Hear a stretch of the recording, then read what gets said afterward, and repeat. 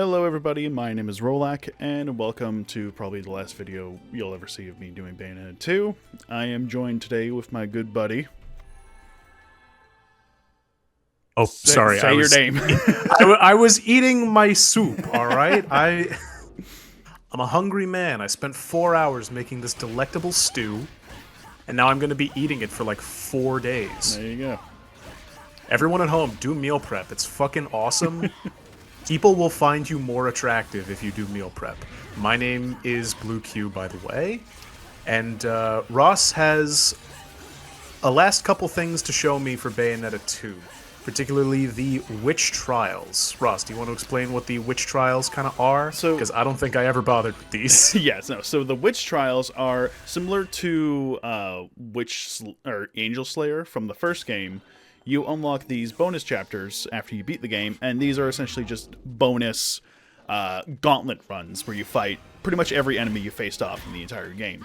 The first 4 witch trials are necessary to unlock the last 4 verse cards for Tag Climax. What those verse cards are just Temperantia, Fortitudo, Eosticia, and Sapientia, the 4 cardinal virtues from the first game. Aside from that, there's also a 5th one, which is goddamn near impossible because you fight strictly the hardest enemies and bosses in that one, and you don't get any reward from it. So I'm not going to bother showing it off. What I am going to be showing off is pretty much every single character you can play as, starting off with Jeanne, who is unfortunately not the greatest one that I like to use because she's a bit more higher complex with the way Witch Time activates, but yeah.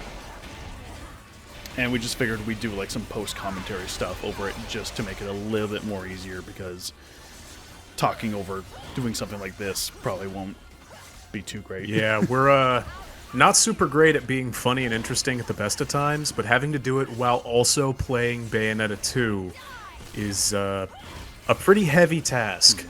Also, we felt like we didn't want to talk through an hour and a half of recording, which is essentially what this video is trimmed down to. An hour and a half, because I died like 5 times in the last one. I would have edited those out, but okay. Yeah. If you just want to show your balls on stream like that to everybody, then oh no, I cut it out. This video is only going to be like 30 minutes long. The recording itself was like an hour and a half or something. I see. Yeah. Because I'm smart to be a coward. Despite playing this game for essentially fucking like 5 months at this point now, I'm not the greatest. As you'll probably evidently see in the later ones. Yeah, the first witch trial is mostly just going to be the standard enemies you fight, just a lot of the accolades, mostly just acceptance and stuff, and I think the last fight's against a big Valor, so it's nothing too crazy. Yeah, so these, when you were describing these to me originally, I assumed that they were sort of like the Bloody Palace in Devil May Cry, where it was a series of combat challenges, and it seems like that's kind of what it is, but they're split into sort of smaller packages based on difficulty, right? So the first witch trial, you are pretty correct there, actually. The first witch trial is, I think, it's either on the default medium setting or it's on the easiest setting. 2, 3, and 4 are on hard, and then the 5th one is on the highest difficulty, which is non-stop infinite climax, which is a fucking bitch to play through the main game if you ever want to torture yourself playing this game. Oh yeah, I mean, if I want to play an action game to hurt myself, then there he is, the big sword guy. Yeah, oh, I love this guy's design. It is such the hilt of the sword is his face. Yeah, I remember when I was absolutely face fucking my way through this game so that we could make videos about it. The girlfriend was watching me play, and we were discussing the design elements and how like just amazing the look of everything in Bayonetta is. And one thing I absolutely appreciate that the girlfriend didn't actually pick up on until I brought it up was the difference in design between all the angels and all the demons. Where the angels are all on the outside, like beautiful, like porcelain and marble with gold filigree, but underneath they're all like meat and bugs and like just biological nasty. horror. Yeah, really disgusting looking. Which works great in the first game on its own when you just have the angels, because it's like, oh, they're really beautiful on the outside, but inside they're all fucked up and gross, right? Yeah. Oh, you're someone else now. Yeah, we're playing as Rosa now. Rosa does twice as much damage and takes twice as much damage as well. So she's sort of like a not Dante Must Die, but one of the difficulties in Devil May Cry does a very similar thing. But yeah, as far as the designs for the angels, they're all sort of like that. And then you get to the second game, where you start introducing demon enemies, and all the demons are like fucked up and evil looking because they're demons, but they're all also artificial. Yeah. Like they're all like, comprised of metal and like stones and like non-living elements. Yeah, Pain and Pride are a good example. Greed too, just being just like a three-headed mechanical looking dog. Jeez, that went quick. Oh yeah, no, so the Umbran armor is really overpowered on Rosa. Yeah, that thing fucks. For the couple levels you get it in the main story mode, that stuff fucks. Yeah, it's awesome. It fucks even more when you have the Climax Brace 2 equipped, which doubles the power of your Wicked Weaves. And the Umbran armor counts as Wicked Weaves. So not only are you dealing... The mech is made out of hair, confirmed. Not only are you dealing like twice as much damage with Rosa, you're dealing practically 4 times as much damage with the Umbran armor equipped. Which will lead to pretty much anything being decimated instantly and just racking your combo up to God knows how much. Oh yeah, the few pure platinums I got on my last playthrough through the story were on those levels where you just get the armor and they just can't deal with you. Yeah. Yeah, it's those kind of things that I tend to love and hate Bayonetta 4. I brought it up a little bit in our Tag Climax video, but I both love and hate the Bayonetta series' addiction to mini-games and little gameplay asides. Yeah, like the fucking angel attack in the first game at the end of every level. Yeah, just or all not the at all in this game. Yeah, or all the like space shooter like Gradius sequences, the outrun homages that you're getting, or like the levels with the motorcycle. Yeah, in the first one are also a bit of that, and you get a tiny bit of it in Bayonetta 2 when you're riding on the horse. Yeah, and then you also get the jet fighter assault right before the final battle. The jet shooter at the very. I love that. That's the final regular gameplay sequence against normal enemies, and then you just fight. There's one. You fight the final boss, and then that's the end. There's one Muspelheim, but it's against one singular allegiance, and that's it. And then you fight a 4-phase final boss, or whatever the fuck he is. Then again, they kind of did that in the first game too, with the missile one, where you do all that bullet hell stuff, and then you fight Jean at the island. Yeah. Yeah. Each game sort of has less of it. Yeah. Like, Bayonetta 1 had quite a few of those asides. Like, I remember, is it like the last or the second to last level when you're going up the tower to fight Baldur? There's like multiple turrets that you have to get on, and you have like a Dead Space asteroid turret section. Is that in that game? I think you might be thinking of another. I believe. I believe. No, in one of the later levels of Bayonetta, it might not be required. It might just be something you can do to like kill enemies. But as you're going up that tower, I distinctly remember having to get into turrets and do not the Bayonetta gameplay. I don't remember that at all. I think I just might be having a bad memory or something, but... Oh, hey, look, it's Baldur! I don't know. I mean, I also didn't go back and there goes Baldur! Bruh. Holy shit, you fucking killed him, dude! Just once, won't you come... Ah! 4-second battle. That's... I can't believe we didn't think to do that in the first game. Just shoot him in the head with multiple giant fucking machine guns. Baldur looking at the giant fucking mech with his 2 stupid little swords, like, well, shit, this isn't gonna go well at all. Looking up like Willem Dafoe at the Umbra Harbor. On to number 3, which we were playing. I decided to go as Bayonetta 1 Bayonetta, equipped with Scarborough Fair and Sharaba from the first games as well. This one you're facing off mostly demons, with a little bit of angels scattered here and there. I do want to ask, because I'm not sure if it's come up in your playthrough, and I don't think we went into it very much in our other video. Which of the 3 Bayonetta designs do you prefer? It's 2. I honestly prefer her 2 design. And I'll be honest, based. I prefer 2. My order is 2, 3, and 1. I really don't enjoy, I don't know, there's something weird about, I think it's mostly her hairstyle that I'm not a huge fan of in the 1 costume. You don't like the long straight hair? I don't know, just it's standing up is like, it looks like she's wearing like a weird hat almost.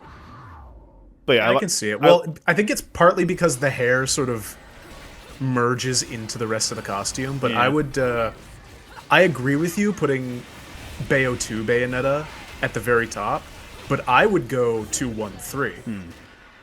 I mean, I like the design of her in 3 because it kind of invokes her looks as Cereza. They're all good. Yeah. Like, they're all incredibly good. None of them are bad, that's what we're saying. But yeah, like, there is no bad version of Bayonetta's design. Like, even when she wears, like, those really kind of ugly, out-of-place Nintendo costumes, like, she still rocks that shit. She's still serving. Yeah. But yeah, I don't know. In comparison to Jean, I'd say it's the opposite because I prefer 2, 1, and 3 Jean. I think Jean looks way better with longer hair. Yeah. Again, no bad version of Jean's design. No. I'm not sure if you're planning on doing a run through of Bayonetta 3, but I guess we can kind of bring it up now. Have you seen the different versions of Bayo in that game? Oh, like all the different variants and stuff? Yeah. Yes. Can you pick a favorite out of those? Because I can, and it's kind of not even close. Is it the Egyptian one? No. Because I would say that's kind of my favorite. It's the Chinese one. The Chinese one is very good as well. Yeah.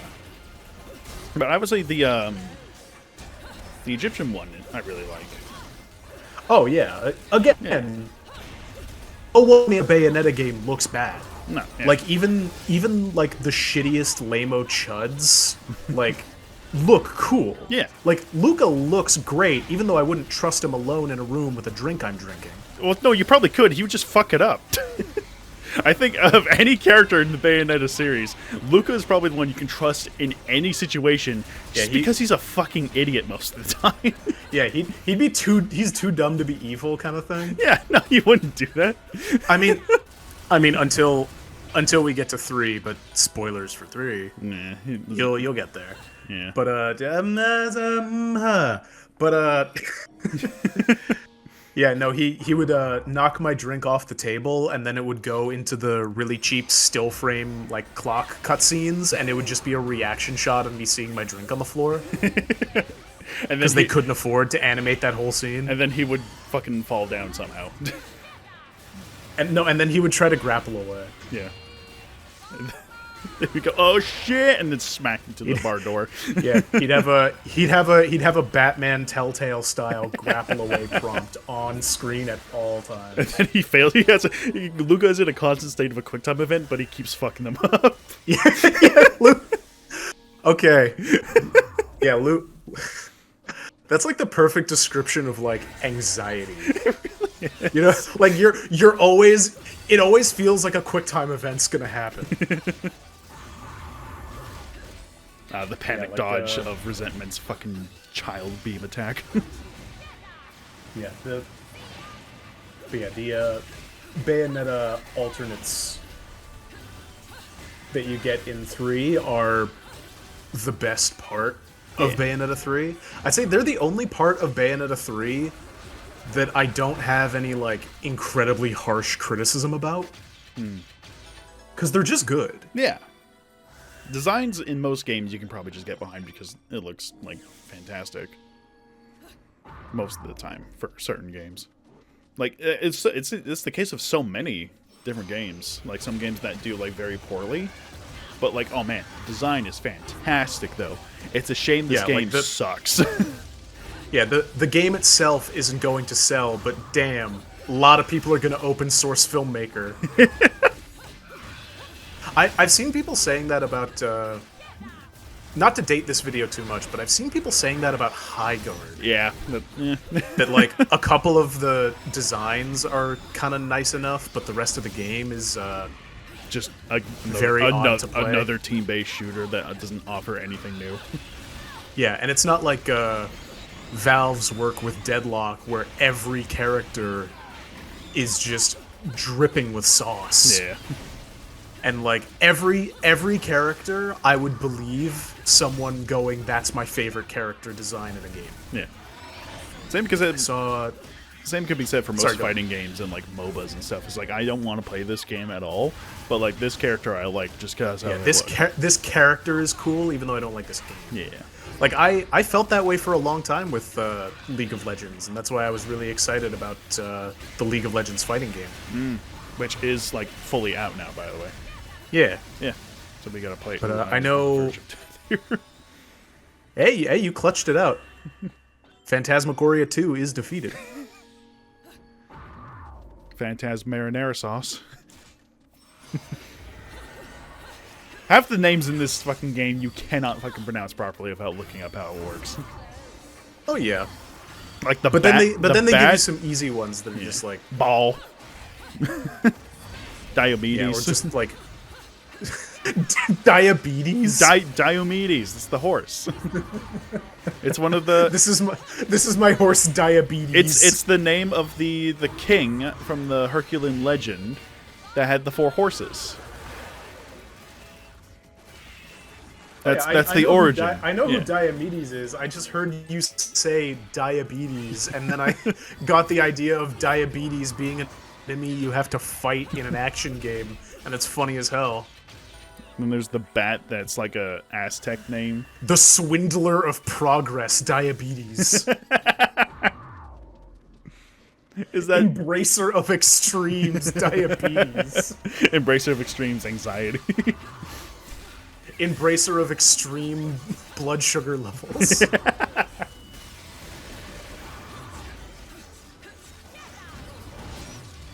would be really horrible if in like your day-to-day when you encountered people, like you immediately knew that they were going to be a problem because when you encountered them, you got a title screen with their name on it, and then it clipped into a little book. You get an aura debuff just in the corner of your eyes, like, oh no. Yeah, just...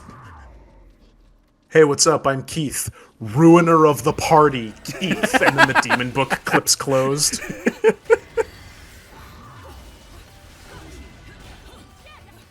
Guy who's gonna drink way too much. I feel like more games need to do the introductory name of an enemy type of deal that this game has going on. Because like, oh yeah, you need a good bestiary. Yeah, because like so many games don't do that, and I'm always wanting to like explain certain enemies, but you can never remember the fucking name of most of them. Oh yeah. Well, I mean, I always think about like certain NES and Super NES games where over the credits you would get like the roll call. Yeah, or you get like just like who everyone's name is, and you'd like show off the sprite. And you get like the enemy gallery as well in some games, like Kirby and Turok and a few other ones from the N64 era that were pretty adamant about that stuff. I always love a good. I think a good example, a good glossary of enemies in a game. A good example is Metroid outside of the Prime games, because you can just analyze whatever enemy you're fighting. But most of the time, so many enemies have so much weird names. Like, you know, the guys that hover around don't attack, but you can freeze them and use them as platforms. Yeah, they're called Rippers. Why? I don't know. That's the thing, is like, I don't know. Because they're your baby daddy's worst nightmare? I don't know. Catch me in the club. I'll be right there. I think it's like that for Dark. That's a little old internet humor for you old heads in the audience. It is like that similar for Darksiders 1, because no enemy has a name, but in Darksiders 2, every enemy's got a little name above their health bar. And I don't think they'll do that. It's fun. It makes them all feel special. Yeah. The best is when you get that in like a glossary or like a Monster Hunter style like hunter's log, and then it also comes with information about them, like shit that they're weak to or like things that they'll do, or even just like little like lore and flavor about them. Yeah. Like those little elements really do add a lot. Plus, it's just stylish as hell when a new enemy shows up and you get the new enemy intro cutscene, and then you get a name drop. Yeah. Because action games will always do the, like...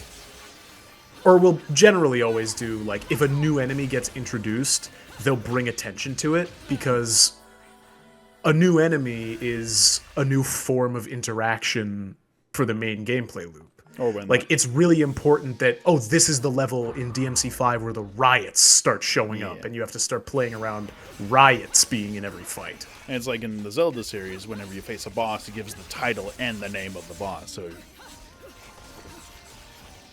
it's like, just introduce your enemies. I want to know what these things are called so I can talk about them later, and not figure out what the names of them either are from internal coding and stuff, or like just online stuff. Because Doom does a good job of that. Like the current Doom games, where like you kill them and then they get added to your info, and it's even more. I'd say it's a bit more of a humorous thing in Doom 2 when you get introduced, or Doom Eternal, when you get introduced to a new enemy, and then the tip about how to fight the enemy pops up before the enemy itself pops up. That's a little silly. Maybe they're hoping that has like a...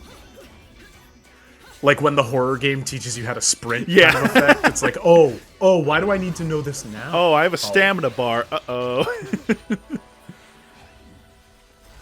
Why do...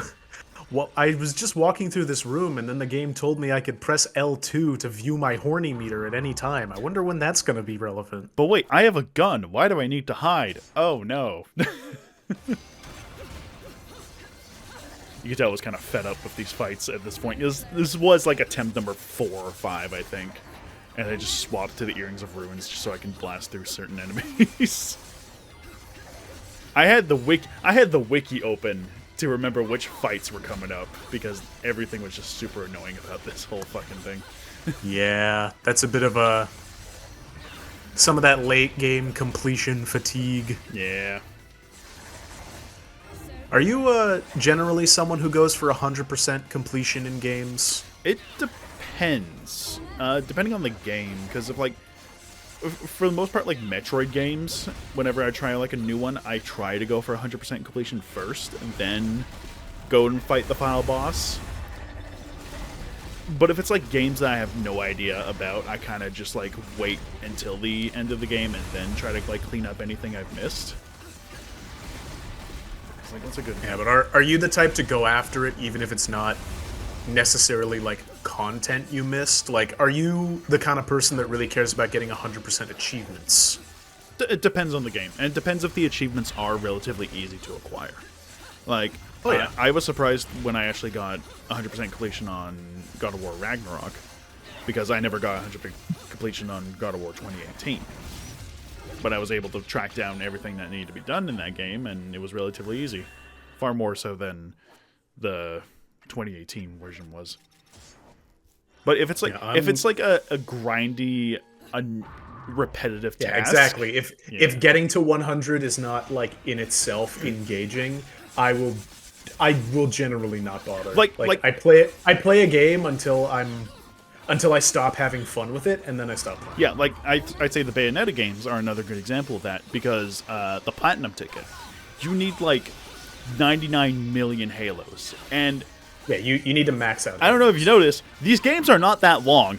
So regardless of... no, character action games generally do not go on for too long. But then, although I was surprised that this one only had, what's it, like 16 chapters? It's like 15 chapters, yeah. And yeah, then I always felt like Devil May Cry was short, always having 20, but the Bayonetta games are very quality over quantity when it comes to their levels most of the time. It is, and it's especially weird when you look at the shop and it's like, oh, there are 5 health upgrades and 5 magic upgrades that increase in cost as you buy them. And then there's like all the accessories. For the entirety of the Let's Play, I did not buy a single accessory because I was focused on getting the health upgrades. Which is something I don't like about certain games, where they give you things to unlock via the shop, but they don't give you enough to get it all by the end of the game. Yeah, so it sort of necessitates grinding in that way. Oh yeah, no, it's like you have to do the Jean Big Hammer chapter, or the prologue trick, where you just basically exploit the combo going to crazy high numbers to get a vast amount of halos. And even then, you got to repeat that so many different times. It's insane how many times you have to do it. And even when you do get to that point, you're probably not going to be prepared to fight Rodon, because he's nearly fucking impossible to fight. Yeah, so now you have the new goal to grind up for. Yeah. Yeah, like, of all the games I've even come close to 100%ing, because I think there's only like 3 or 4 games I've ever actually gone out of my way to do literally everything in. And the 2 I can think of off the top of my head where it's like, oh, I really wanted to get every achievement in it was Sifu from a couple years ago and Dragon's Dogma 2. Because all the achievements in those games, other than just the general, like, beat level 1, beat level 2 type of thing, is all about doing something in, like, an esoteric way, or completing something via a sort of self-imposed challenge. Yeah. Like, the one in Sifu to, like, get the true ending. Like, you don't just get that by making like certain dialogue choices or anything like that. Like, there's gameplay considerations and planning that you have to do to unlock those requirements. Yeah. And then there's like, beat this level in like this amount of time without doing this thing, or like find this secret encounter and beat it. Yeah, it's those kind of achievements that kind of lead me away. Yeah, the kind of completing achievement them. where you see it on the list and your first thought is, wait, I can do that? That's really good achievement design. But it's also in the sense of some achievements where it's like, oh, this seems like an impossible task. I'm still going to try it. And that's how I went and fucking 100% completed all the Arkham games. Arkham Knight was the most difficult one to do because of the Iceberg Lounge one, where you have to maintain a combo throughout so many different guys coming at you, and then you fight Killer Croc, and then you get the hardest achievement in the game to get. And then there's several other ones where you have to do certain combat challenges with these characters without getting hit, by only using knockout smashes and a stealth level, by not dropping a single combo. It's like, these are challenging, but they're challenging to an extent where it's getting less and less enjoyable for me to play this game. Yeah, things like that where it's not enjoyable and you don't feel like you feel like you're less engaged going for the completion than you were when you were just playing regularly. It feels like I'm doing a job that I'm not enjoying rather than playing a game for a type of reward. Yeah, and I would say things like Bayonetta's ranking system fall. Don't even get me They started fall on the ranking. It's just yeah, I mean, once you figure out the sort of criteria it's going for, it's fun and interesting to try and go for high ranks. Yeah. I mean, in the first Like, game, I want to do this accurate to the character, which is don't get hit, do a stylish combo, and do it fast. Yeah. In the first game, it's easy just to cheese the fuck out of Lieutenant Colonel Kilgore because of the exploit. Yes. Kilgore on the legs and just do the kicks. Yeah, that carried me through that game. Oh, yeah. But I don't believe that gives you a super high rank. Oh, no, So it does. you're sort It cranks the fuck out of your combo because all those rockets count as a combo hit, and it fucking like goes crazy high. Oh, yeah. Yeah. I think I might have stopped doing it just because, like, it got too easy at a point on the first playthrough. Well, I didn't do it at first, so I just did it so I can get, like, the Platinum rewards for completing all the chapters on Platinum. Which is a stupid requirement that you have to do for some of them. Like, especially the boss fights, considering those take up an entire chapter. It's so long to do them. Yeah. But that's why I always love, like, a style system or anything like that in any game, where you have the sort of, like, there's intrinsic rewards of, you know, higher ranks means, like, more money at the end of the level and stuff like that, but I always enjoyed a good extrinsic reward of feeling like I'm getting better and like I'm doing stylish shit. Or, in the case of, like, Hi-Fi Rush, on Rhythm Master, if your rank falls below a certain amount, you just die. Yeah. Which is hilarious when it happens so suddenly, because I had one moment where I was doing it, got into a fight, hit a couple hits, one guy shot me immediately, and I just instantly died because my rank dropped to like C or D. Bit of a Dante must die, like, play perfect or get out kind of moment. Yeah, or like one hit and you're dead type of deal, or like permadeath in certain games. Yeah, Hi-Fi Rush is a good example of that, because getting better at the game and being more stylish makes is it more entertaining, because it's really clear how to get better. And when you get better, you don't just like attack faster and do more damage, like you get more music. Yeah. Like the game sounds better if you play it properly. Yeah. And it's like you feel better doing it because you're just doing it so in sync with like the beat and everything. If you get good enough and you get to the Invaders Must Die part, it is like so euphoric to go through that entire sequence.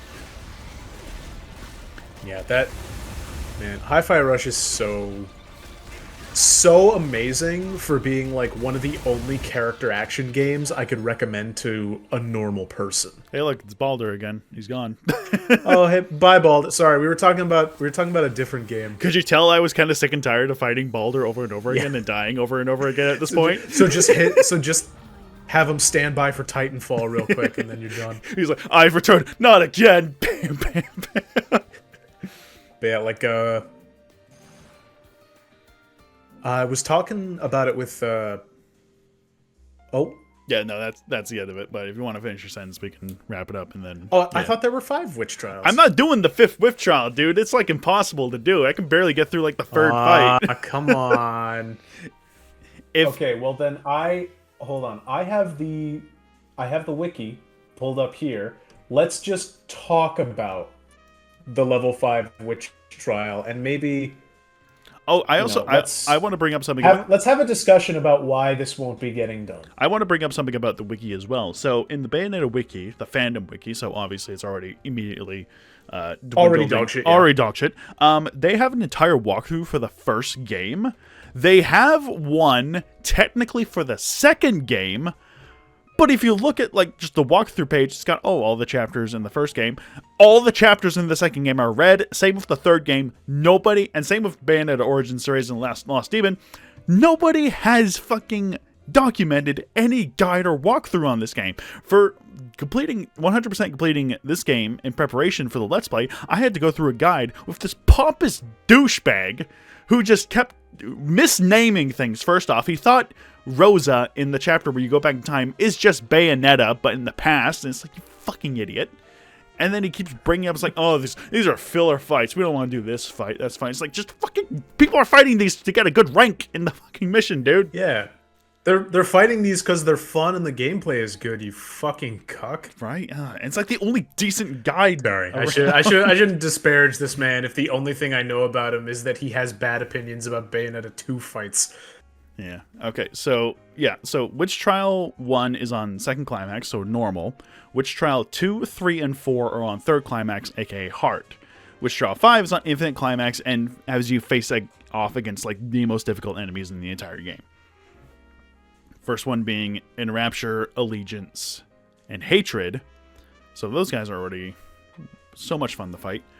The second one is Valiance, which I'm pretty sure is the sword and shield. No, the big sword guy. Yeah, I thought it was I thought it was Valor. Valor's the boss one. What it doesn't say in this is that you fight 2, and they're very deceptive in their attacks in that one for some reason. First you fight Alraun and Lopter at the same time. Fourth one, you face Fearless, Fairness, and Greed all at the same time. Fifth one, you fight the Master Lumen and the Prophet. The second form, I don't know why it's specifying that.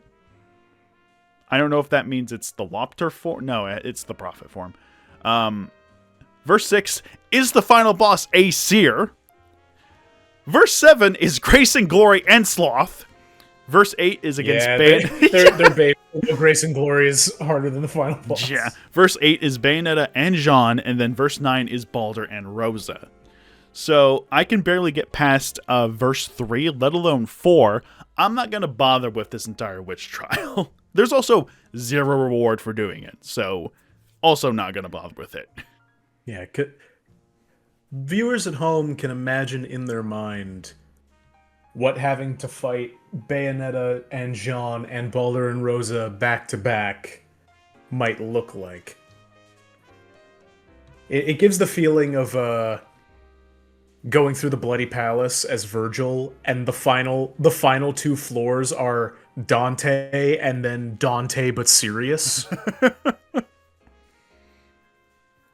Yeah, no, if I believe, I'm not sure if I'm thinking of DMC 4 Bloody Palace or DMC 5 Bloody Palace, but the final 2 floors are Dante, and then Dante, but he's not fucking around.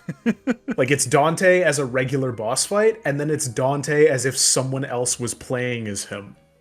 And it is the scariest boss fight in any action game. Like, he's standing at the other side of the arena, he's walking up, and you're imagining how you're going to make your approach, what kind of moves you're going to try to do, and then he says Royal Guard, and you put your controller down.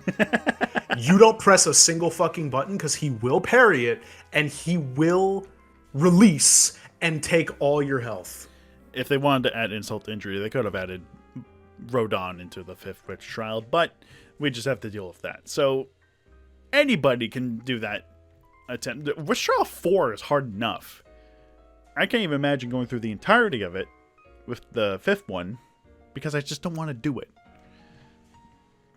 But that is pretty much going to be it for Bayonetta 2. I was going to try and do a timeline video, trying to explain the timeline of Bayonetta 1 and 2, but I don't have time for that, and I'm kind of getting sick and tired of playing Bayonetta now and going over the stuff and trying to explain stuff.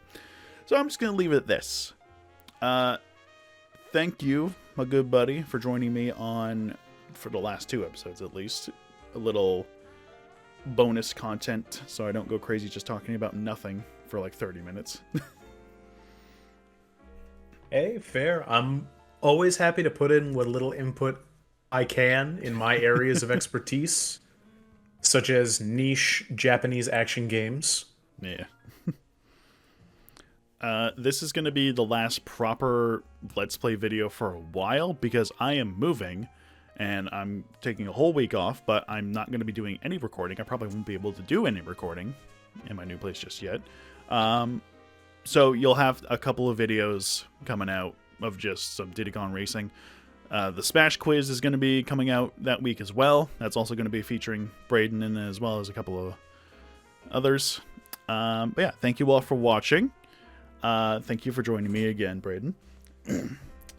And until next time, you all have yourselves a good day, and I'll see you guys next time. Soup.